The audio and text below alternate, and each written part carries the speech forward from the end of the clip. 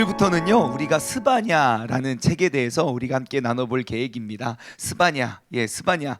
우리가 이게 뭐 자주 만날 수 있는 그러한 책은 아니어서 우리는 스바냐라는 인물에 대해서 우리는 잘 알지 못하고 우리가 이렇게 생각하기 쉽지 않은데요. 우리가 스바냐서를 함께 공부하다 보면 여러분 나중에 정확히 며칠인지 모르지만 저기 스바냐 3장 쪽에 가면 우리 모두에게 잘 알려져 있는 그런 찬양의 한 글귀도 있고요. 우리가 그러한 은혜를 함께 나눴으면 좋겠어요. 자, 스바냐는 어떠한 책인가? 스바냐는 어떠한 책인가? 1절 말씀을 보시면 이제 그 배경에 대해서 여기 쭉 기록이 되어 있어요. 한번 살펴볼까요? 자, 스바냐 아버지의 이름이 나와요. 그쵸? 스바냐 증조 할아버지, 아니 스바냐 고조 할아버지, 증조 할아버지, 할아버지, 아버지의 이름이 여기 다 나와요. 그렇죠? 자, 1절부터 보시면 아몬의 아들 유다의 요시야인데 스바냐에게 임한 여호와의 말씀인데, 그렇죠? 스바냐는 누구입니까? 그러니까 여기에 히스기야의 현손이요, 아마랴의 증손이요, 그다랴의 손자요, 구시의 아들이었더라. 4명이 나와요. 그 스바냐 그 가족 족보에 보면요, 그의 아버지, 할아버지, 증조 할아버지, 고조 할아버지의 이름이 나왔는데 여기 아는 사람 누구 있습니까?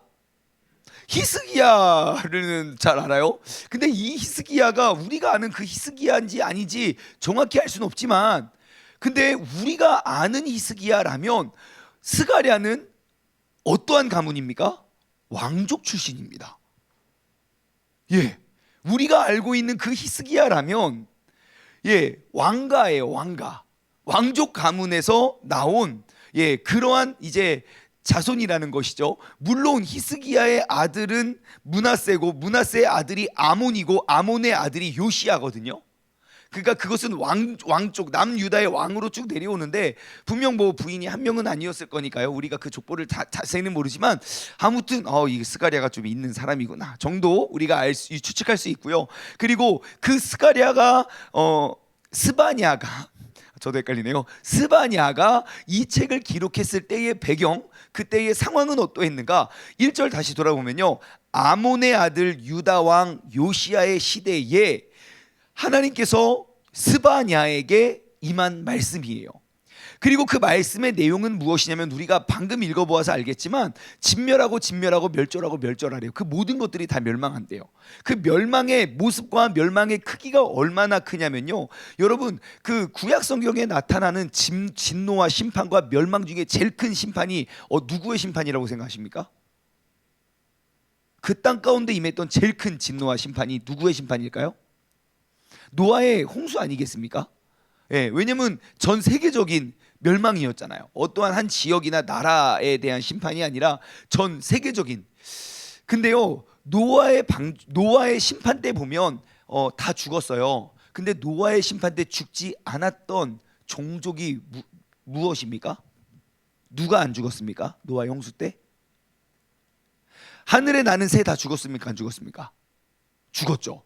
땅에 기는 동물들 다 죽었습니까? 안 죽었습니까? 죽었죠. 그러니까 몇 개 빼고. 그러면 바다의 물고기는 죽었습니까? 안 죽었습니까?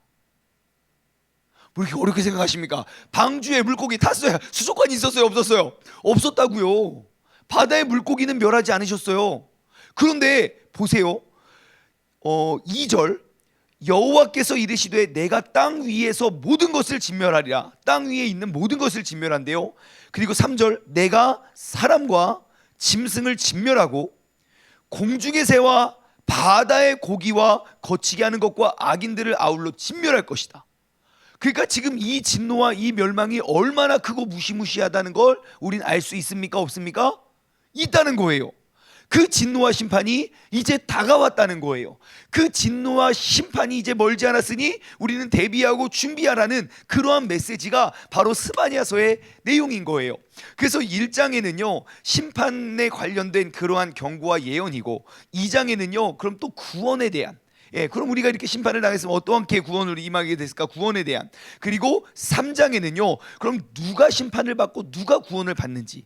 나는 그 심판의 날은 반드시 올 건데 주님께서 내 앞에 서는 그날이 다가오면 여호와의 날이 가까워 왔는데 여호와의 날은 나에게는 구원의 날인가 심판의 날인가 우리가 한번 돌아보자라는 메시지가 담겨 있는 것이 바로 스바냐입니다. 자, 그러면 우리가 오늘 스바냐 1장 1절에서 13절 말씀 안에서 우리가 얻어야 할 그러한 몇 가지 지혜를 우리가 함께 발견했으면 좋겠는데요. 자, 저는 이 말씀을 묵상하면서 가장 첫 번째 떠올랐던 질문은 이거예요. 1절로 돌아가면요. 아몬의 아들 유다 왕 요시야의 시대에 그래요. 여러분 혹시 요시야 기억나십니까? 우리는 캐스켓을 다 꿰고 있는 사람들이기 때문에 요시야 하면 늘 새롭죠. 네. 한번 여러분 생각이 나지 않으면 진짜 그래서 캐스켓 차트가 되게 필요해요. 펴놓고 한번 보세요. 그러면 딱 보면 아마 기억이 나실 거예요. 요시야는요 남유다의 20명의 왕 중에 가장 훌륭한 왕 한 명을 꼽으라면 전 요시야를 꼽겠어요. 두 명을 꼽으라면 히스기야와 요시야를 꼽겠고요. 왜 저는 히스기야보다 요시야를 더 꼽냐면요. 히스기야는요 종교 개혁을 단행해요. 근데 온전하고 완벽한 종교 개혁은 아니었어요. 무너졌던 절기를 회복해서 야 빨리빨리 우리가 그 무너졌던 절기를 이렇게 회복하자까지였는데 그때 막 그 절기를 준비하고 계획하는 그런 모든 것들이 모세의 율법대로 하진 않았거든요. 그냥 아무나 막 이방인도 하고 막 이렇게 해서 막 했다 와 이거였는데 그 모든 잘못된 것들을 요시야가 다 회복했어요. 왜 그런 줄 아십니까? 요시야 때요 하나님의 말씀을 발견하거든요. 하나님의 말씀을 발견하고 그 말씀 앞에 완전히 엎드리고 막 부르짖으면서 그 신앙의 엄청난 개혁을 일으켜요. 뿐만 아니라 요시야는요 8살 때 왕이 돼요. 그때부터 모든 우상 다 철거하고 막 사람들이 그러니까 히스기야 때만 해도 모든 우상들을 다 철거했거든요. 근데 그의 아들 므낫세 때 무너졌던 우상들이 다 다시 섰어요. 요시야가 그걸 알고요. 요시야 때는요 그거 우상들을 다 가루로 빻아서 불태워 버렸어요. 더 이상은 우상 숭배하지 못하게. 그렇게 종교 개혁을 단행했었거든요. 그런데 저의 질문은 이거예요. 그의 아버지 아몬은요 성경에 기록되어 있는 그러니까 요시야의 아버지 아몬에 대한 통치의 기록은 역대하 33장 21절 22절 23절 24절 25절 5절 끝. 그러면 아몬은 아주 좋은 왕이었을까요? 그냥 볼 것도 없는 왕이었을까요? 당연히 2번이겠죠.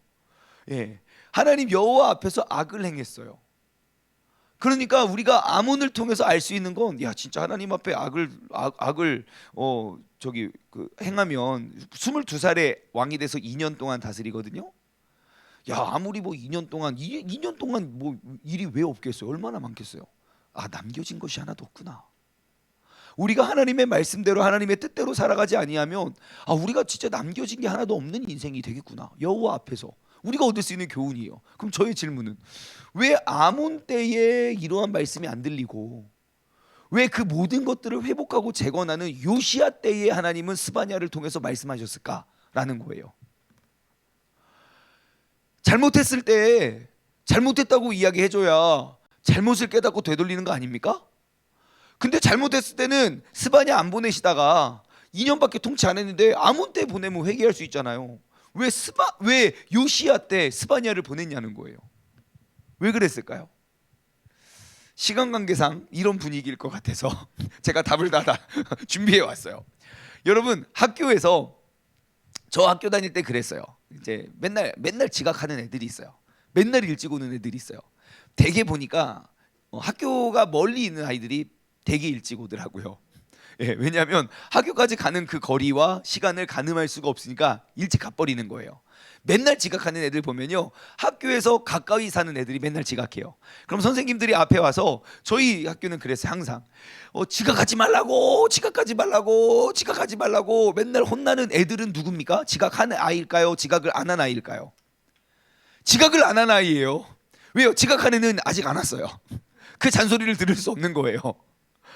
그러니까 지금 아몬에게 아무리 아무나 돌아와라 해도 들을 귀가 없는 거예요. 깨달을 수가 없어요. 하지만 요시야를 보니 그 말씀으로 다 재건하고 회복해 가고 있거든요. 아, 그럼 요시야에게 이야기를 하면 그는 깨달을 수 있는 지혜가 있겠구나. 그러한 것이 아닐까라고 생각해 보았어요. 교훈은 무엇입니까? 여러분, 요즘 날 하나님의 마음, 우리를 회복하고 돌이키려는 그 우리의 회개를 촉구하시는 그 하나님의 음성이 들리십니까? 들리지 않습니까? 입니다. 내가 아몬인가 요시야인가를 확인할 수 있는 건, 여러분, 이 시대에 꼭 필요한 건 회개인 것 같아요. 성경을 아무리 보고 또 봐도 지금 이 시대에 이렇게 무너져 버린 이 기초를 우리가 어떻게 다시 쌓을 수 있을까? 제가 찾을 수 있는 유일한 열쇠는 전 국민적인, 그러니까 전 국민이라 함은 우리 모든 그리스도인들이 하나님 앞에 온전한 회개 운동이 이 땅 가운데 일어나지 않으면 절대 이 땅에 회복은 일어나지 않을 것 같다는 생각이 많이 들어요. 그럼 그 회복의 시발점, 그 도화선은 어디서부터 타야 될까요? 영적인 아몬이 아니라 영적인 요시야 때부터 시작되지 않겠습니까? 여러분, 우리가 하나님 앞에 그런 회개의 메시지가 강하게 들려야 돼요. 나는 하나님 앞에 왔으니까 야 진짜 세상이 문제야, 교회가 문제야 라고 손가락질하는 것이 아니에요. 내가 하나님 앞에 얼마나 어떻게 더 정결하게 우리가 바로 서는가, 어떻게 우리가 더욱더 하나님 앞에 우리가 그 거룩의 모습을 세상에 빛을 비추며 살아가고 있는가. 내가 1년 전에 회개 많이 했어요. 내가 3개월 전에 내가 그때 부흥회 때 내가 은혜 받았어요. 그러한 차원의 회개가 아니라 하나님의 뜻이 이 땅 가운데 들려지지 않음에 의한 회개, 내가 하나님의 참된 제자이고 종으로서 내가 쓰임받지 못함에 대한 회개. 우리가, 여러분, 오늘 이 하루 동안 우리가 그 회개의 음성이, 회개의 메시지가 우리에게 들려지기를 주님의 이름으로 소망합니다. 나는 영적 아몬이 아니라 영적인 요시야가 되었으면 좋겠어요. 그러면 그러한 질문이 있어요. 요시야가 정말 남유다 역사에 가장 완벽하고 가장 훌륭한 종교 개혁을 단행하거든요. 근데 왜 요시야의 아들들에 의해서 멸망해요, 나라가? 그러니까 바벨론 포로에 의해서 지금 여기서 우려하고 여기서 걱정했던 모든 재앙과 심판이 요시야의 다음 세대, 요시야 아들들에 의해서 멸망한다고요. 그럼 그러한 질문이에요. 그러면 왜 요시야는 그렇게 종교 개혁을 단행했는데 왜 그것이 그렇게 오래가지 않았을까라는 거예요. 그것이 하나님께서 요시야에게 왜 이 메시지가 들려오게 했는지의 또 다른 답이 돼요. 왜 그랬을까요? 요시야는요, 종교 개혁을 단행해요. 그 뜨거운 마음과 열정으로 어려서부터 정말 흔들리지 아니하며 정말 말씀을 발견하고 말씀대로 막 온전히 그 모든 절기도 다 회복하고, 요시야 때 그래요. 그 절기를 세우고 우상을 막 몇 년 동안 막 우상을 다 철폐하고 그 다음에 절기를 딱 세웠는데, 솔로몬 때 이후로 이렇게 온전히 주님께 제사를 드린 적이 없다고 이야기할 정도로 완벽하게 제사를 드렸어요.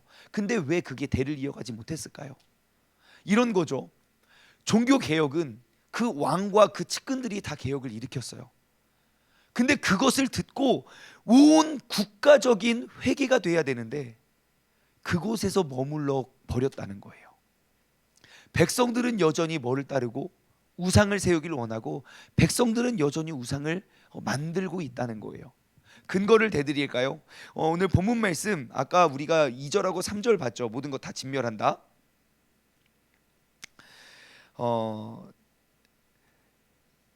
4절부터 계속 볼게요. 내가 유다와 예루살렘의 모든 주민들 위에 손을 펴서 남아있는 뭐를요? 바알. 그러니까 내가 유다와 예루살렘, 남유다와 유다 안에 있는 예루살렘의 모든 주민들 위에 손을 펴서 남아있는 바알을 그곳에서 멸절하며. 자, 아직도 바알이 남겨져 있는 거예요. 그렇게 종교개혁을 단행하고 해도 여전히 바알이 남아있어요. 하나님 뭘 하십니까? 내가 그곳에서, 그 남겨진 바알이 있는 그 자리에서 내가 멸절하겠다. 그마림이란 이름과 및 그 제사장들을 제사장들을 아울러 멸절하고 또 지붕에서 하늘의 뭇 별에게 경배하는 자들과 여전히 하늘의 뭇 별에게 경배하고 있어요. 경배하면서 여호와께 맹세하면서 말감을 가리켜 맹세하는 자들, 그 말감이 무엇입니까? 밑에 보면요 나와 있어요. 도움말에 밀곰 또는 몰록으로 불리는 암몬 족속의 식. 여러분 혹시 몰렉 들어봤습니까? 그 몰렉 신을 섬기는 사람의 특징은 무엇이죠? 인신제사예요.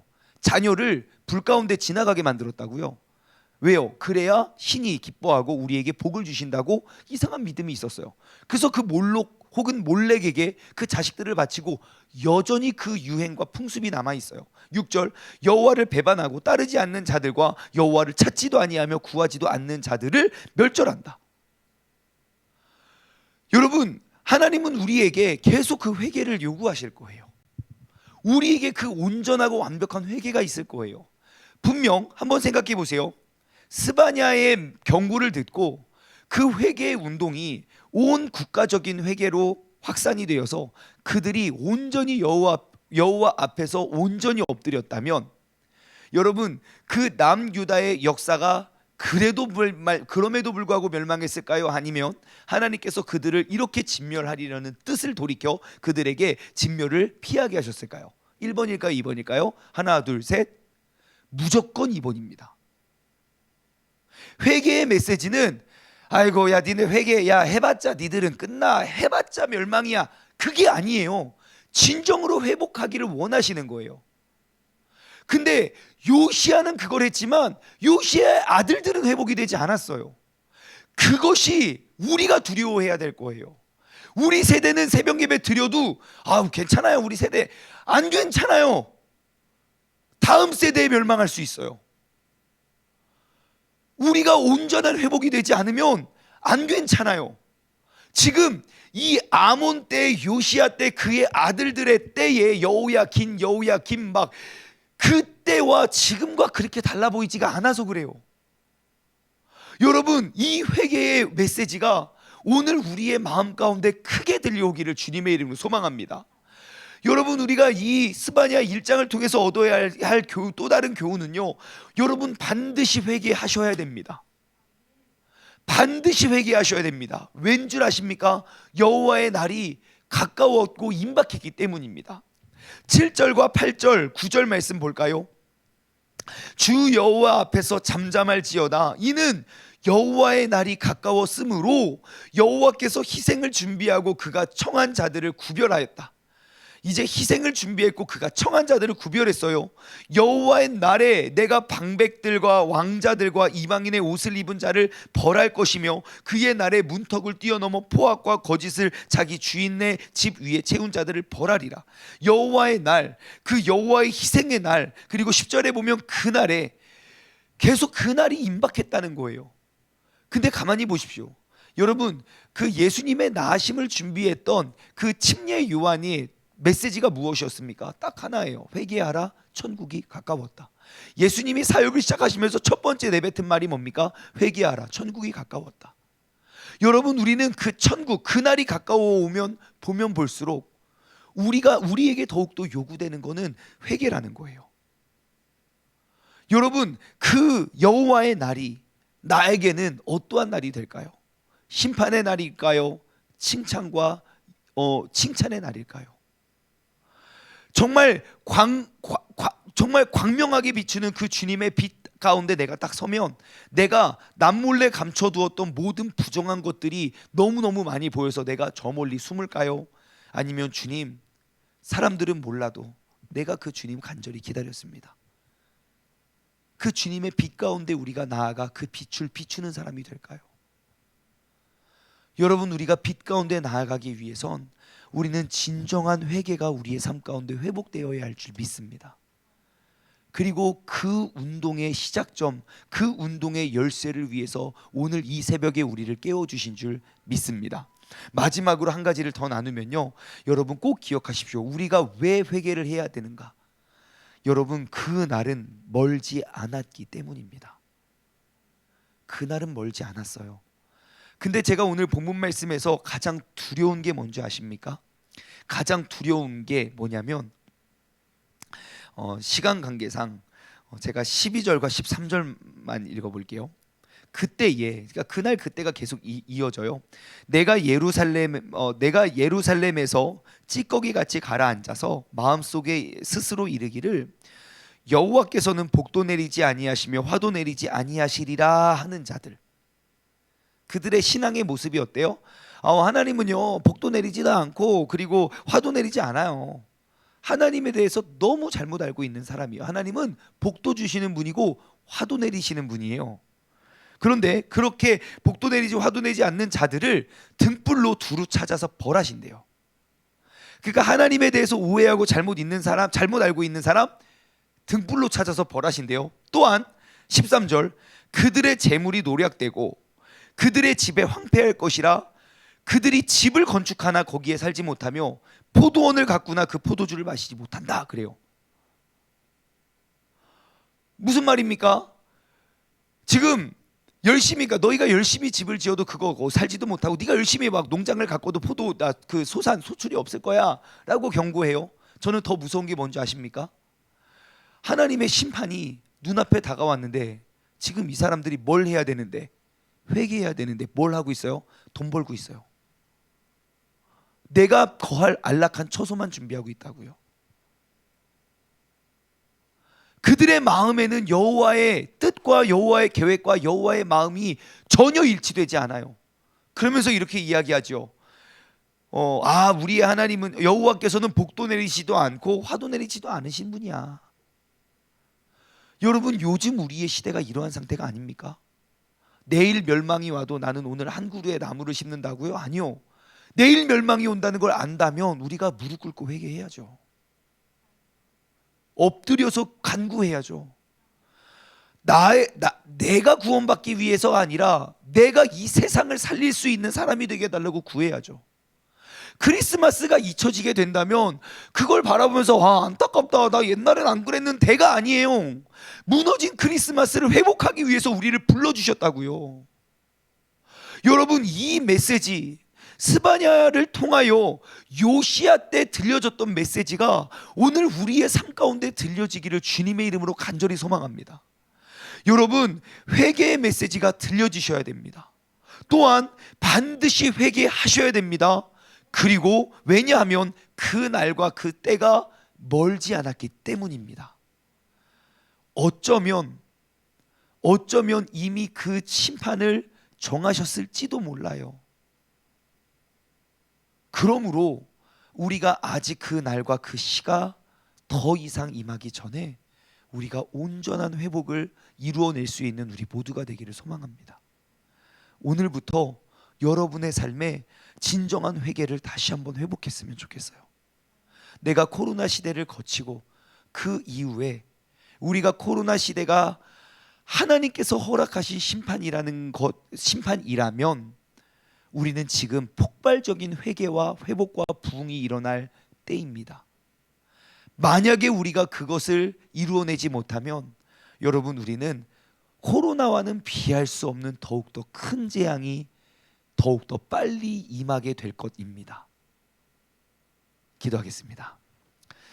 하나님 아버지, 감사합니다.